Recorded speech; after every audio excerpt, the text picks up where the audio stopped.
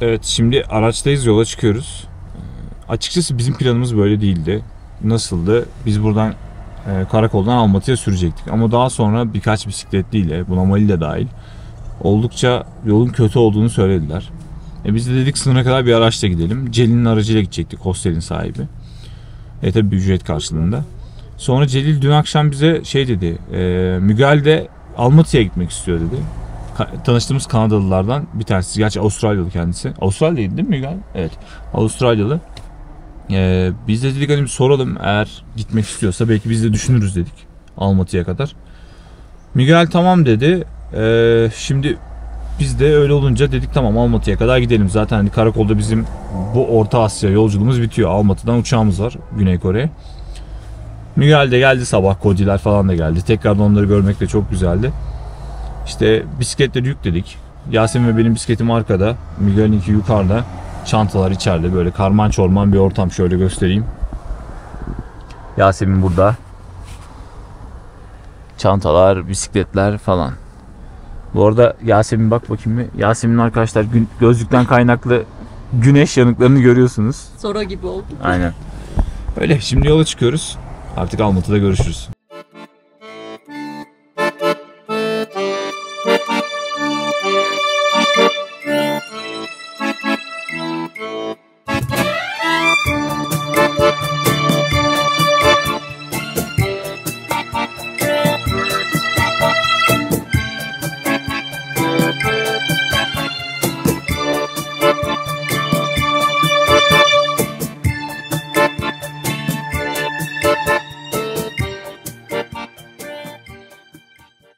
Almatı'dayız. Celil bizi bıraktı Mügel'le beraber. Mügel yolda bir yerde indi, Almatı'nın girişinde. Biz Almatı'nın merkezindeyiz. Gideceğimiz yer için adres bekliyoruz. Bisikletlerimizi yeniden topladık. Akşam saat 5, hava kararacak. O yüzden Yasemin aydınlatma takıyor şu anda. Bu akşam işte kalacağımız yere gidelim. Ondan sonra Almatı'da artık işlerimizi yavaş yavaş halletmeye başlayacağız. Yani burayı böyle atladık yani. Karakol son noktaydı Orta Asya'da. Almatı artık toparlanma yeri. Bir eve gidelim de tekrar şey yapalım. Şimdi giderken de Almatı sokaklarından çekeriz zaten. Onları da sizinle paylaşırız.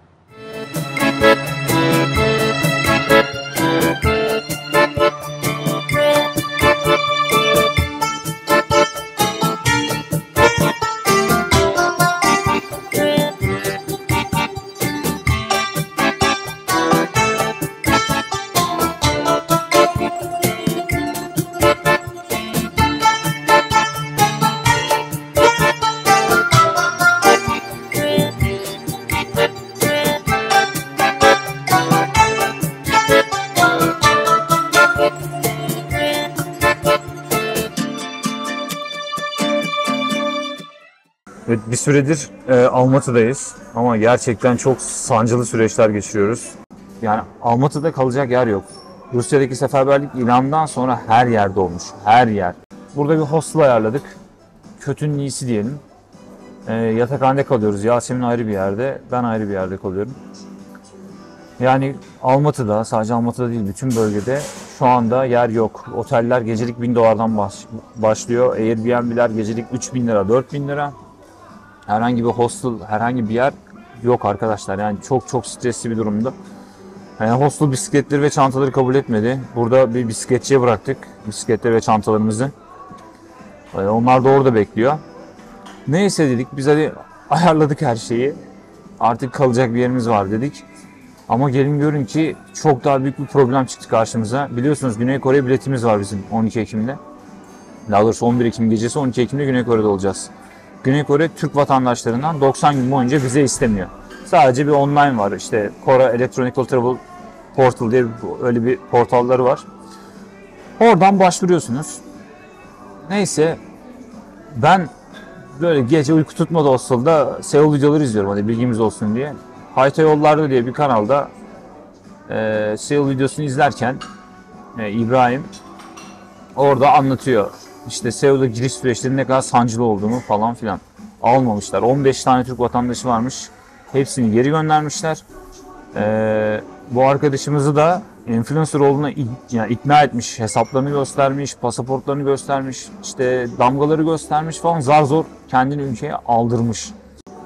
Seul elçiliğinin bir açıklaması var, resmi duyurusu. Gerçekleri yansıtmıyor falan diyor. Ama daha sonra biz Twitter'daki sözlükte baktık, arkadaşlar kimse giremiyor. Yani Güney Kore kimse giremiyor. Sadece Güney Kore değil, birçok ülkeye giremediklerini söylüyorlar. Türkiye'yi kabul etmek istemiyorlar. Türk vatandaşlarını ülkeye kabul etmek istemiyorlar. Şu anda panik halindeyiz. Çünkü ne olacak bilmiyoruz. Şimdi Yasemin başvurusunu yaptık, benim başvurumu yapacağız. Ama büyük bir ihtimalle red olur diye düşünüyoruz. Çünkü herkes red yemiş. Herkes red yemiş. Yani bütün rezervasyonlarını, her şeylerini göstermelerine rağmen red yemişler. Online platformda red yememişlerse de havalimanında yemişler, geri gönderilmişler. Tabii bir ton para harcadık biz bu bilet için. Yani zaten çok sınırlı bir bütçeyle geziyoruz. Yani oldukça da şaşkın durumdayız şu anda. Ne yapacağımızı da bilmiyoruz. Başvuruyoruz. Red yersek Almatı'da Kore elçiliği var. Gideceğiz. Google'da yorumlar okudum. Köpek gibi davranıyorlarmış. Yani Kazakistanlılar en azından. Bakalım, bilmiyorum. Yani ama şu anda çok stresli gerçekten bu durum. Çünkü eğer burada biz Kore'den red yersek adresimiz Türkiye, yani Türkiye'ye döneceğiz. Oysa daha planımız vardı. Bisikletle işte Kore'den sonra Güneydoğu Asya'ya gezecektik. Ondan sonra dönecektik. Yani gerçekten ne diyeceğimi bilemiyorum. Sinirliyim, öfkeliyim. Yani Yasemin de burada morali çok bozuk. Yani ne diyeceğimi bilemiyorum arkadaşlar. Gerçekten yani şu anda böyle bir başvuru yapıyoruz ama bakalım red mi gelecek? Yani büyük ihtimalle red gelecek diye bekliyoruz çünkü herkes red yemiş. Bir de biz hani işsiziz, yani şu anda resmi olarak işsiziz. Bir para bekledik, dünyaya geziyoruz bisikletle. Fakat yani resmi olarak işsiziz. Yani nasıl bir yanıt alacağız bilmiyorum. Şimdi göreceğiz, yani birkaç gün içinde göreceğiz. Yasemin başvurusunu yaptık, şimdi benimkini yapıyoruz.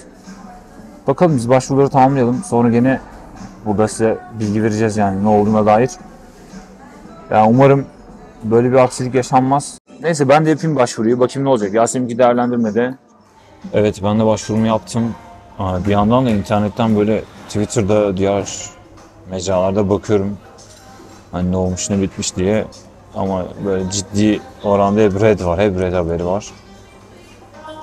Çok umutlu değiliz onay almaya. Gerçekten kötü oldu yani. Daha red yemedik ama red yemiş gibiyiz yani, morallerimiz öyle. Bakalım ne olacak bilmiyorum. Yani planımız şu şekilde: red cevabı gelir ise Almatı'daki Güney Kore elçiliğine gideceğiz. Bir muhatap bulabilirsek onlarla konuşacağız. Çünkü uçuşumuza bir hafta var.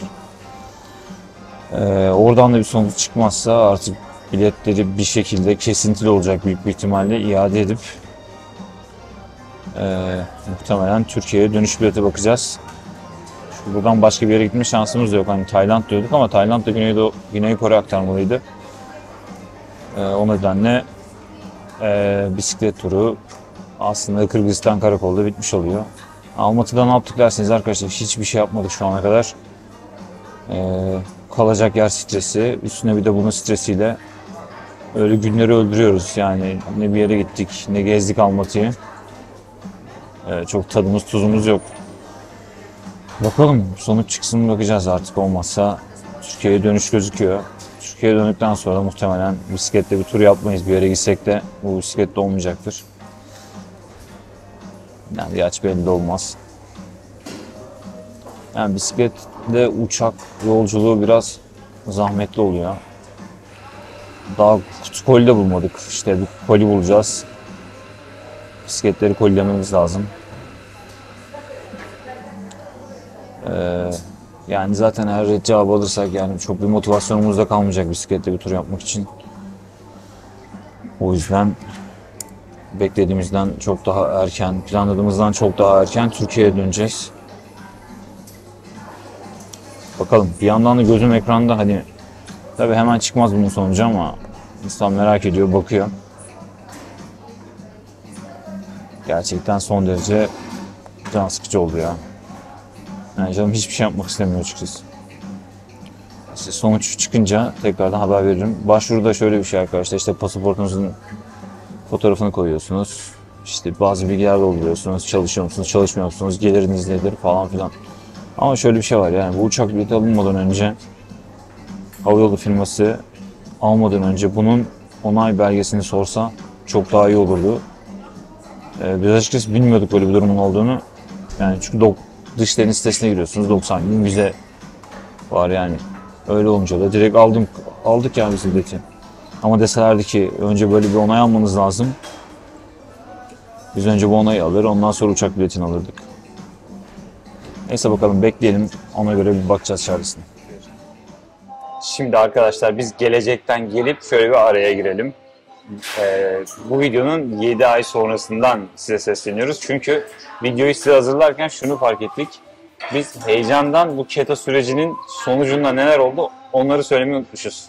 Evet, şimdi bir araya girip ketoya başvurduktan sonra nasıl aldığımızı bir kısaca anlatalım istedik. Evet, şimdi arkadaşlar biz bu ketoya o zaman başvurduk ama bilmiyorduk yani hani bu kadar sorunlu bir şey olduğunu, Türkiye Cumhuriyeti vatandaşları için bu kadar sorunlu olduğunu bilmiyorduk. Okuyunca tabii büyük bir stres, büyük bir panik yaşamaya başladık.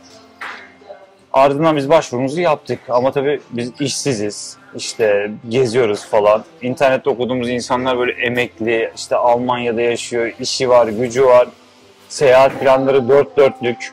Yani hiç bizim gibi değil. Biz dedik ki bizim şansımız yok. Ama neyse başvurduk tabii. Başladık beklemeye. Evet tabii ömrümüzden ömür gitti. Yani o günleri şimdi hatırlayınca ömrümüzden ömür gitti. Bu arada başvurduktan sonra hemen mail de yolladık değil mi ketoya? Tabii evet şöyle bir şey yaptık. Biz baktık dedik ki biz bu işi bir garantiye alalım ne olur ne olmaz. Başvuruyu yapar yapmaz arkasından ketoya girdik. Böyle iletişim kısmını bulduk. Oradan bir başvuru numaramızla beraber bir e-posta gönderdik. İşte ne vardı bu e-postada? Bizim kim olduğumuz, neler yaptığımız, işte biz bisiklet turcusuyuz, işte bizim sosyal medya hesaplarımız şunlar, amacımız bu diye böyle bir e-posta gönderdik. Ardından da bir yanıt geldi.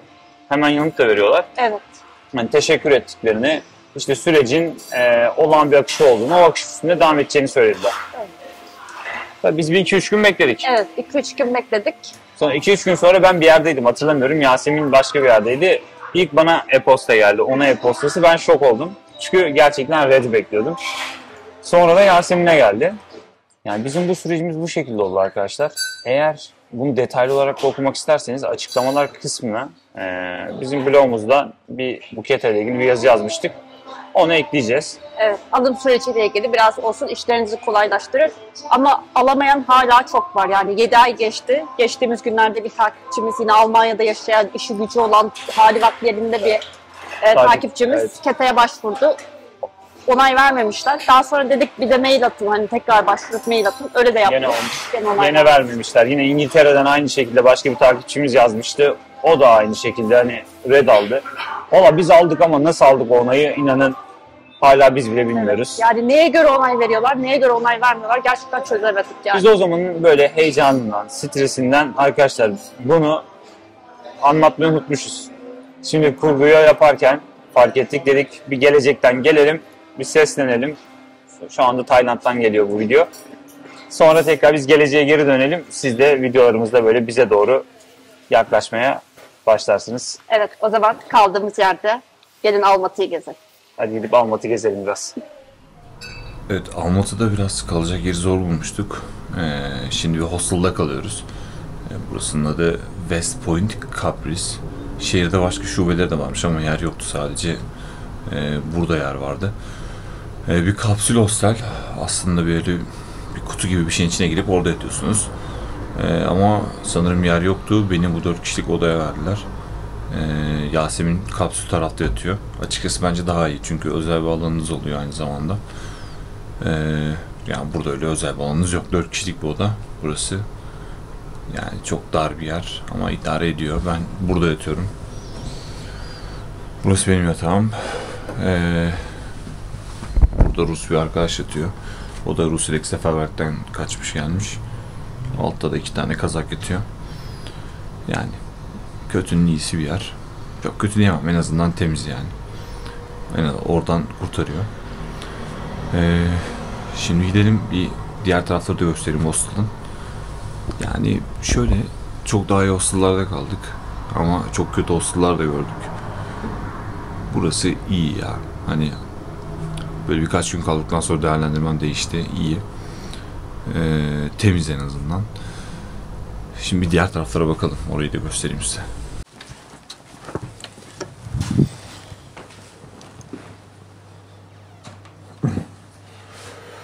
Evet, burası giriş kapısı.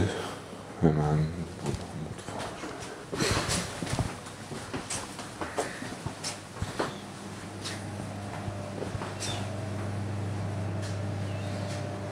Yasemin de burada. Ama burada değil yani. Saat 8'de kalkacaktık. Muhtemelen uyuyakaldı. Şimdi bekliyorum. Onu beklerken de bir yandan da kahvaltı hazırlıyorum. Yorgundu biraz. Uyuyakalmış olması gayet normal. Bugün Almatı'da biraz gezeceğiz. Nereye gideceğiz? Yani geldiğimizden beri pek gezemedik. İşte bisikletlerle uğraş, işte kalacak yer bul, Güney Kore ile ilgili giriş sorunlarını hallet falan derken hiç gezemedik. Bugün ama gezeceğiz. Bir müzeleri var. Ulusal Müze. Oraya gideceğiz. Belki de Sanat Müzesi'ne de gideriz. O daha net değil. Burası eski başkent Almatı. Daha sonradan Astana'ya taşınıyor başkent. O yüzden Almatı büyük bir yer. Ama böyle çok çok deli gibi gezecek de bir yer yok. Yani tamam kafeleri falan filan güzel. Şehir güzel, şehir büyük. Ama yani böyle tarihin böyle coştuğu bir yer değil burası. Ve o müzeye bakacağız. Bir de burada yakında bir dağ var. Medeo ya da Madeo Dağı, şu an tam hatırlamıyorum. Yazarız aşağıya. Orası var ama oraya gitmeyeceğiz. Hava hem soğudu hem de şimdi nasıl gideceğim oraya? Araç falan bulmam lazım. O yüzden gitmeyeceğiz. Herkese günaydın. Şimdi Kazakistan'da son 3 günümüz. Artık sıkılmaya başladık. Kahvaltımızı yapıyoruz. Kahvaltıdan sonra müzeleri gezmeye dolanacağız. Biraz nezle gibi uyandım ve boğazlarımda biraz sorun var gibi. İnşallah Covid değilimdir. Gider ayak. Hastaymış arkadaşlar, o yüzden uyuyakalmış. Ben dedim yorgundur dedim ama hasta çıktı. Umarım Covid'de değildir. Kahvaltı yapacağız Yasemin'le beraber. Sonra birazcık Almatı'da müzeleri gezmeye çıkacağız. Evet, şimdi çıkacağız ve birkaç müzeye gideceğiz. Hatta aslında birkaç değil, bir tane müzeye gideceğiz. İki müzeye gideceğiz. Vakit yeterse. Ama önce internet yüklememiz lazım. Onun için de bir yer bulacağız. Burada aktif kullanıyoruz. Kcell bitmiş. Çimkent'teyken almıştık Kırgızistan öncesi. Burada da kullandık. Şimdi bakalım nereden nasıl yükleyeceğiz, ona bakacağız. Uygulama var ama bizim Visa Mastercard'ları kabul etmedi, anlamadım. Şimdi gidip bir yere bir soralım ya. Evet, sonra Almatı'yı keşfedelim. İyi bakalım. Aslında çok da keşfedilecek de bir tarafı da yok yani. Almatı güzel şehir. Ama güzel şehir ya. Almatı güzel şehir. Sadece öyle çok tarihi bir yeri yok. Bir Büyük müze bir falan var. Evet. Biraz büyük. Ama iyi bir ulaşım ağı var. Toplu taşıma ağı. Yani metro çok sınırlı bir alanda var. Fakat otobüsler her yere gidiyor. Binerken de otobüse 150 tenge ödüyorsunuz. Direkt şoföre binebiliyorsunuz. Yani onlar kartla falan biniyor ama o kart nereden alınıyor bulamadık biz. 150 tenge veriyoruz şoföre, direkt biniyoruz. Yani her yerde gidiyor. Oldukça da kolay. Hadi gidelim. Hadi o zaman merkeze.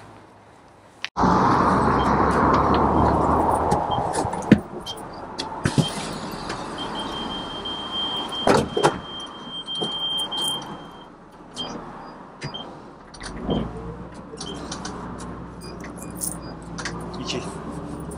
Gidiyor mu? İki kişi. Neredesin? Gidiyor mu koy?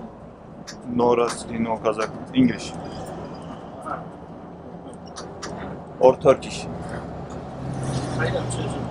Ha, nerede düşeceğim? Nerede düşeceğim?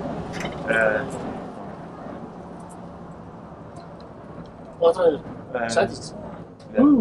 Sadece. Ha, tamam.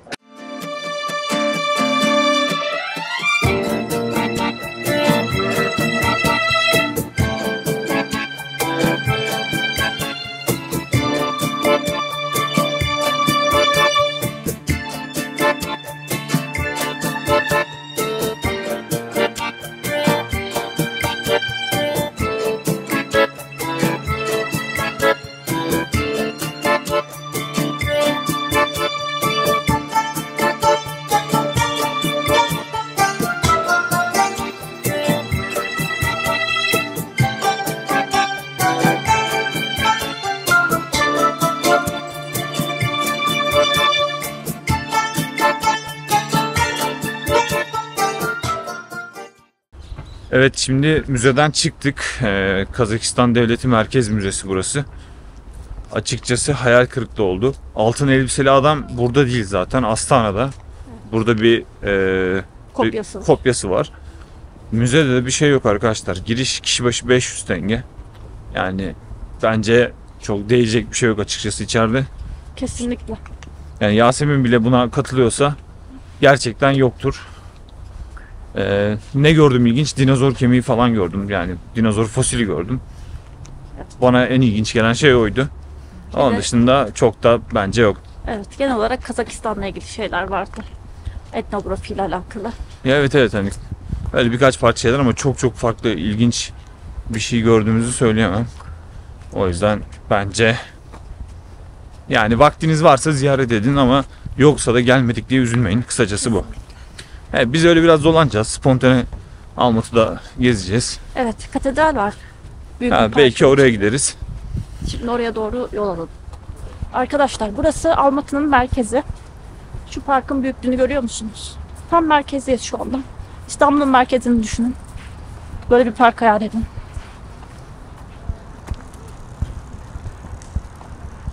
Bir de şöyle bir şey, hani demeyin ya işte İstanbul'da da Gülhane Parkı var, Maçka Parkı var falan. Burada bunlar böyle bir tane iki tane falan değil arkadaşlar. Şehrin her bölgesinde böyle devasa parklar var. Yeşil alan çok fazla. Her tarafta bisiklet yolları var. Yani çok rahat bir şekilde şehirde bisiklet sürebiliyorsunuz. Biz de sürdük, yani gerçekten de keyifliydi. Trafik inanılmaz düzenli. Top taşıma inanılmaz düzenli ve yaygın. Başka ne diyebilirim Almatı ile ilgili, ve şoförler olağanüstü derecede saygılılar. Yani yaya geçti, kırmızı ışık, yeşil ışık falan filan hepsi istisnasız. O açıdan Almatı'yı çok beğendik. Çok düzenli, çok güzel, çok yeşil bir şehir. Evet, Tiflis'ten sonra en çok beğendiğimiz yer oldu Almatı. Yani aynen Tiflis'le yarışır, hatta bence Tiflis'ten daha iyi ama Tiflis de çok güzeldi. Tiflis'ten çok büyük. Şimdi nereye geldik? Hazır geldik önüne. Burası değil mi? Evet, buraya katedrale geldik. Burası en eski katedral Kazakistan coğrafyasında. Bütün Kazakistan'ın en eskisi mi? Evet. Almatı'nın mı? Yok, bütün Kazakistan'ın en eski katedrali. Evet, hemen şöyle göstereyim size.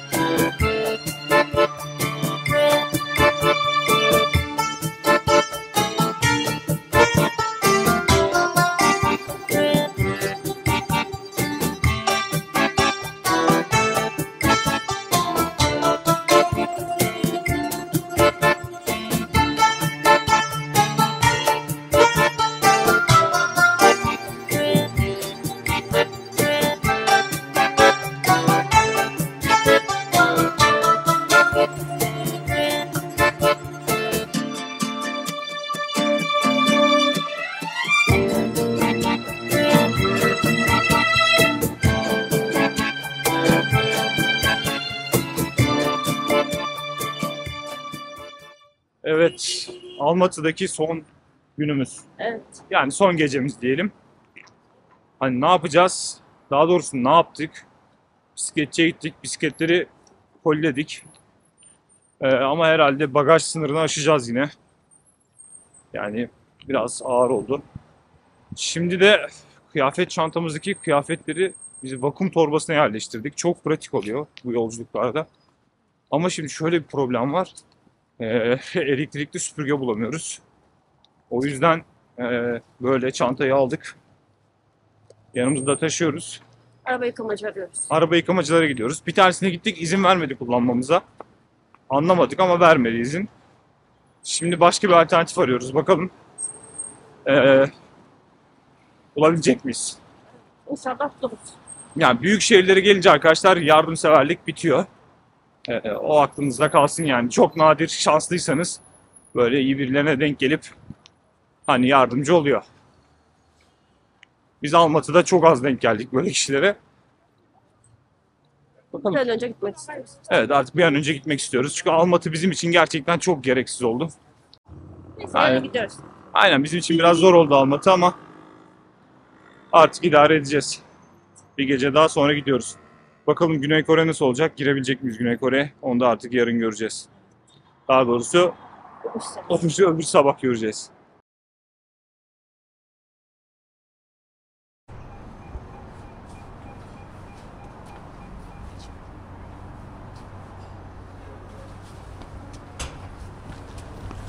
Evet Murat, bitti mi Almatı maceramız? Umarım bitecek.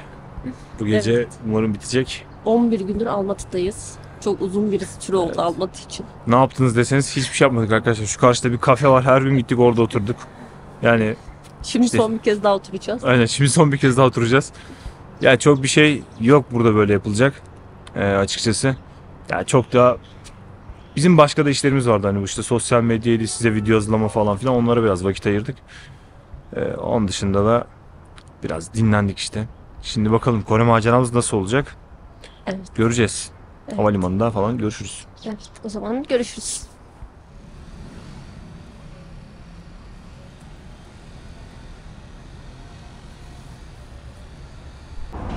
Evet, yeniden bir uçak seyahati zamanı. O yüzden bisikletleri koliledik. Şimdi kapatıyoruz.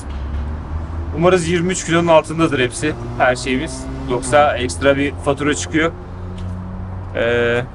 2 tane kolimiz var. Bisiklet kolisi, 3 parçada bagaj var.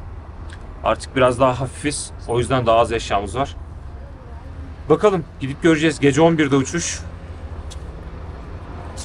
Valla biz de biraz heyecanlıyız açıkçası. Hani her seferinde bu süreçler biraz uğraştırıyor ama uçakla, bisikletle eğer seyahat edecekseniz, yani bisikletiniz yanınızda olacaksa uçakta, bu zahmete katlanmanız gerekiyor.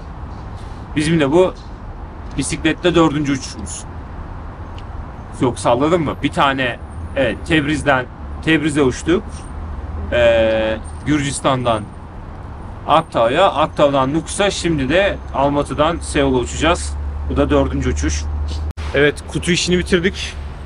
Tüm bagajlarımızda buradayız. 2 tane bisiklet kutusu var. 3 tane de bagaj var. Bir de Yasin. Aynen. Bir de biz varız. Bakalım, göreceğiz arkadaşlar. Heyecanlıyız.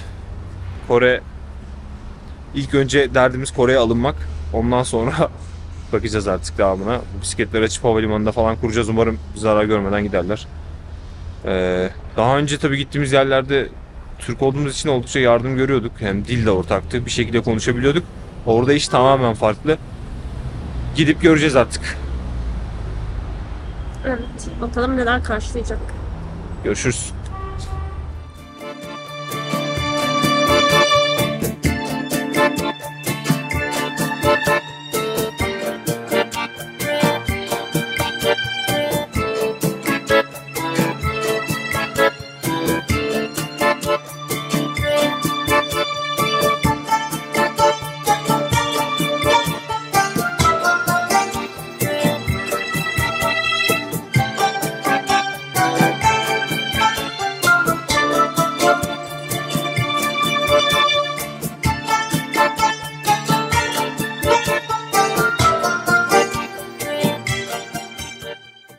Evet, bisikletleri verdik. Evet. Girişte kontardaki hanımefendi şeyi sordu, hani buradan ne yapacaksın, sonra senin dönüş biletin yok, tek yön biletin var dedi. Yani bisikletçi olduğumuzu, gezeceğimizi ve hani tam net bir tarih belli olmadığı için ben hani bilet almadım dedim. O da hayır olmaz dedi, o zaman uçamazsın dedi. Ya ben de durumu anlattım, hesapları gösterdim, dedim böyleyiz, başka bir görevli daha geldi. İşte sordular, senin paran var mı dediler, bilet alacak, dedim var. Ondan sonra tamam dedi. Geç dedi. Ama şimdi çok böyle tereddütteyiz yani. Gerçekten hani buradan, yani Seul'dan ya da Busan'dan Tayland'a 2 ay sonrasında bileti alalım mı almayalım mı, onun kararsızlığı içindeyiz. Yani çünkü biz burada bisiklet turunu yapacağız. Ondan sonra da gideceğiz. Yani Tayland'a gideceğiz. Ama işte şimdi girişte bununla ilgili sıkıntı yaşar mıyız bilmiyoruz. Şimdi bilet alsak almaktan yana bir problem yok ama tarihi kestiremiyoruz kafadan. Hangi şehirden uçacağız? Ne zaman uçacağız? Bunları çok kafamızda kestiremiyoruz. Çok kararsız. Bakalım. Yani bakacağız artık duruma göre. Bir çare bulacağız. Yani Ama neyse ki bisikletleri kazasız belasız verdik. evet verdik yani onları verdik. Tam benimki 22,5 kilo geldi. Hatta 22,6. Yasemin'inkini tartmadılar artık. Benimkini tarttıktan sonra. Öyle geçtik. Buradan bagaj almıştık 3 parça. Bisikletleri de oradan saydılar. Böylece hiç para ödemedik. Beni her zaman gibi çıkışta gene pasaporttan tesis edemediler. Öyle olunca da Çok teşekkür teşekkür ederim. Öyle olunca da ben yine biraz uzun sürdü. Muhtemelen Kore'ye girişleri olacak bir sıkıntı. Her sınır kapısında oluyor yani. Ya valla bilmiyorum bilet alsak mı almasak mı. Çok stressiz. Hani yani Kore'ye giriş konusunda hani bilmiyorum şu an çok kararsızım. Bakacağız artık duruma göre. Umarım bir aksilik olmadan şu Kore'ye adım atarız gerçekten çünkü son bir haftada en az 10 yıl yaşlandım yani. Bunun stresinden 10 yıl yaşlandım. Bu havalimanlarında her böyle bisikletle geldiğimizde benim saçlarım daha fazla dökülüyor. Gerçekten daha fazla dökülüyor stresten. Dayanılacak gibi değil yani. Türkiye'ye tamamen saçsız dönecek galiba. Ya çok büyük ihtimalle öyle olacak. O zaman arkadaşlar yarın Görüşürüz. sabah ya Seul'dan görüşürüz ya Almatı'dan tekrar görüşürüz. Bakalım. Evet bakacağız artık. Görüşürüz.